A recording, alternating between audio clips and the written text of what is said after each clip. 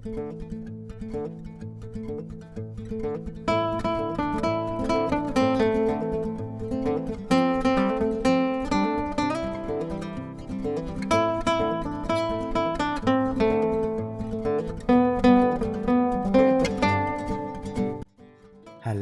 assalamualaikum warahmatullahi wabarakatuh. Jumpa lagi ya sama saya si Teknisi Deso. Gimana kabar sobat semua? Baik-baik saja ya. Oke, di tempat saya beberapa hari ini tidak turun hujan guys. Namun hari ini saya tuh dapat servisan efek air hujan. Iya. Ya, jadi di depan kita ini ada HP Vivo Y91C. Saya terima itu dalam keadaan mati total. Lalu saya tanyakan pemilik, bilangnya itu beberapa hari yang lalu kehujanannya. Nah ini masih ada seperti apa ya, embun ya. Nah ini kan musim hujan tuh sebetulnya menguntungkan ya untuk para teknisi. Iya. Ya artinya kita tuh nggak doain ya, tapi ya kadang efek hujan, efek air itu ya bikin HP rusak ya. Oke, untuk cek awal kita gunakan Smart USB. Saya coba cas dan responnya itu muncul 0,3 ampere. Namun di HP-nya tidak muncul gambar. Nah, ini biasanya sih kasus yang sering ditemui karena masuk air ya. No display. Kenapa ini bisa terjadi? Karena no display itu area lampu ya. Area lampu itu banyak jalur positif atau yang disebut jalur feedback. Selain area lampu, biasa itu yang sering diserang masuk air IC powernya, lalu IC PA-nya. Namun yang sering banget yang umum terjadi ya antara lampu dan IC power. Oke, kita akan bongkar dan kita akan cari tahu ya apakah HP ini bisa diselamatkan. Ya, sambil dibongkar kita lihat dulu ya spesifikasinya. Ini adalah Vivo Y91C kalau di Indonesia, I kalau di India. Displaynya 6,2 inch, lalu kameranya 13 megapiksel. Untuk RAM-nya ada versi 2 dan 3. HP ini dirilis tahun 2019 ya, dan tipe LCD-nya IPS. Untuk chipsetnya beliau ini menggunakan MediaTek. Iya. Oke guys, ini sudah kita bongkar hingga ke bagian mesin ya. Lalu kita akan pastiin dulu baterai bagaimana kondisinya. Kita mesti tahu ya, cek nilai tegangan baterainya. Baterai normal itu 3,7 volt. Dan ini hanya 2,7 volt. Artinya baterai sudah almarhum. Nah, caranya untuk menghidupkan kita gunakan aktivator baterai ya. Ataupun bisa juga disuntik tegangan menggunakan power supply seperti yang dulu-dulu saya pernah jelaskan ya. Ya, ini saya gunakan aktivator dan sesuaikan dengan lubang soketnya. Jika dia nyambung, otomatis lampu LED warna merah. Lalu kita sambungkan ke Smart USB dan lihat ampernya. Dia berada di 3 ampere lebih ya. Oke, saya akan biarkan dulu hingga 5 menit. Lalu kita copot ya. Nah, berhubung HP ini tuh bekas masuk air, usahakan jangan dipasang dulu baterainya. Ya, untuk mengantisipasi terjadinya konslet ya, kita harus pastiin dulu. Ya, saya akan ukur ya apakah terjadi penambahan 3,6. Artinya itu baterai sudah lumayan ya, bisa nambah. Oke, setelah kita urus baterai, karena HP ini tuh masuk air, usahakan jangan dipasang dulu baterainya. Kita akan coba cek ya bagaimana kondisi mesin. Untuk di kasus air itu biasa yang diserang IC power. Nah, untuk di MediaTek, untuk di Vivo Y91C ini kan menggunakan chipset MediaTek. Otomatis IC powernya juga MT atau MediaTek. Nah, ini saya akan cek dulu apakah konslet atau tidak. Saya akan coba cek untuk bagian mesin dan saya dapati mesin tidak konslet ya. Nah, umumnya untuk di mesin Vivo Y91C ataupun yang MediaTek Android yang lain ya, untuk IC power MediaTek itu kebanyakan di lem. Khususnya untuk di Vivo Y91C ini di lem warna hitam. Saya akan coba cek untuk nilai resistansi mesinnya. Saya tidak dapati nilai resistansi, guys. Artinya ini IC power almarhum. Jadi tidak ada nilai hambatan dalamnya. Nah, untuk di IC power Vivo Y91C kan MediaTek ya. MediaTek tuh umumnya tuh di lem hitam. Ya, kita tentuin dulu di X1 dan perhatiin, saya ulangi lagi. Untuk merah itu tempelin di ground, lalu yang hitam tempelin di konektor bagian positif di baterainya. Jika tidak keluar nilai resistansi, artinya tidak ada nyawanya. Mesin tidak ada nyawanya. Nah, ini biasa disebabkan karena air ataupun karena IC power ya yang bermasalah. Ya, kita akan tentuin ya di mana letak IC power. Dan tentunya untuk IC power Vivo Y91C ini kan di lem warna hitam.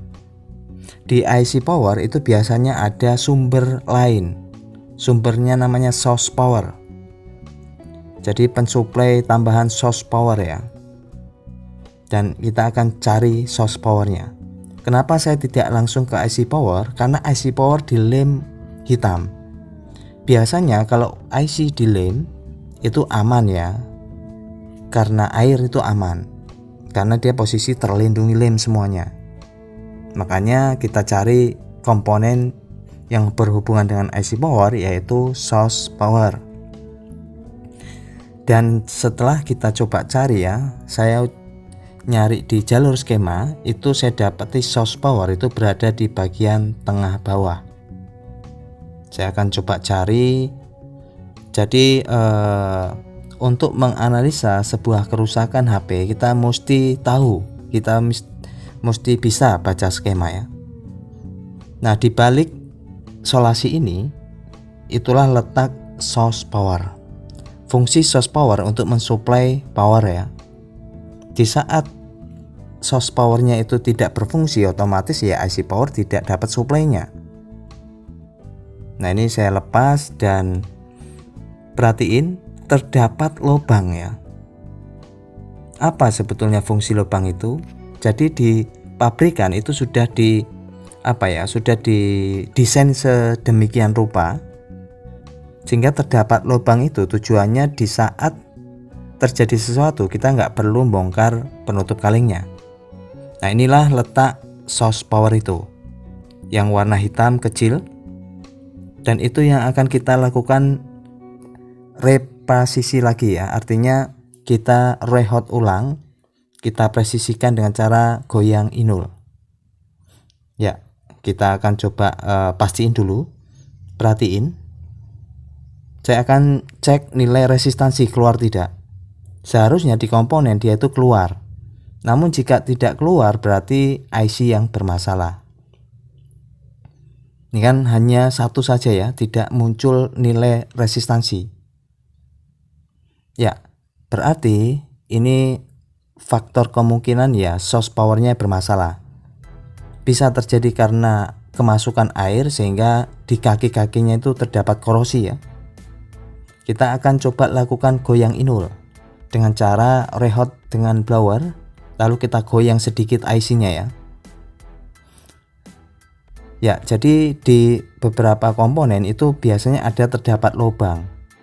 Nah, ini kebetulan pas di source power ini kan ada lubang ya, otomatis air bisa masuk.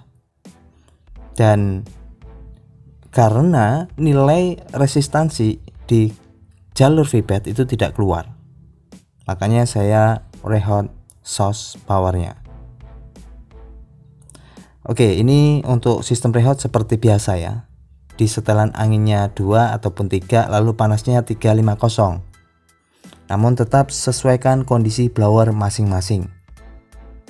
Ya, tembak terus sampai dirasa dia itu bisa plukuduk-plukuduk ya. Oke, fokus ya sampai dia itu sudah meleleh. Jadi kalaupun di bawah IC itu terdapat korosi atau kena air, dengan cara kita rehot, korosi pasti hilang ya, dan kaki yang ada di bawah IC itu menyatu kembali. Oke, setelah kita rehot ataupun goyang inul, kita coba cek apakah sudah keluar nilai resistansi. Caranya sama, yang hitam buat ukur ya, yang merah taruh di ground. Perhatiin, alhamdulillah muncul nilai resistansi guys. Wow, amazing. Oke, ya, 295 di sini 300-an. Artinya ini nilai resistansi sudah keluar ya. Berarti IC yang ada di source power itu sudah normal kembali. Mantap jiwa, mempesona ya. Ya, seharusnya di dalam mesin itu memang jalur feedback keluar nilai resistansi. Jika nggak keluar berarti nggak ada nyawanya. Nah, itu biasa indikasi dari air itu yang diserang IC power. Nah, kenapa source power yang kita tuntaskan? Karena di IC power itu sudah dipastikan aman ya dari air, karena dia dilem warna hitam. Biasanya kalau IC-nya dilem itu aman dari air, karena air nggak bisa masuk ya ke situ. Oke, kita akan langsung saja rakit dan kita pasang ulang ya.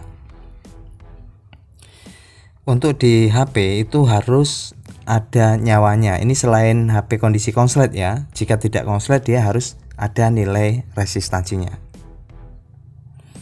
Ya, ini saya pasangkan semua dan kita langsung coba tes ya dengan Smart USB.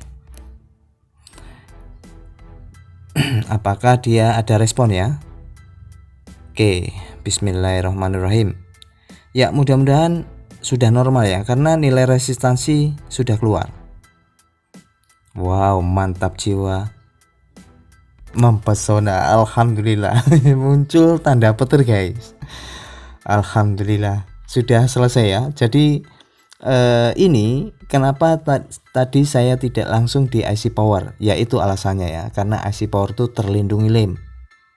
Besar kemungkinan yang diserang itu di source powernya, karena satu jalur ya, IC power, source power, lalu IC cas. Jadi kadang di HP Android tertentu IC cas itu ataupun source power biasa kalau di Qualcomm PMI ya. Jadi kalau IC powernya itu PM, dia PMI. Kalau di MediaTek MT ya, MT bla bla bla. Nah, ini untuk Y91C chipsetnya MediaTek. Ya, saya akan bersihkan ya untuk di bekas embunannya. Nah, ini. Nah, mungkin ada yang bertanya ya, Bang, apakah itu bisa tahan lama? Untuk kasus masuk air ya, selama dia itu tidak rusak konslet, hanya karena jalur itu korosi ya, tanpa diganti pun bisa tahan lama.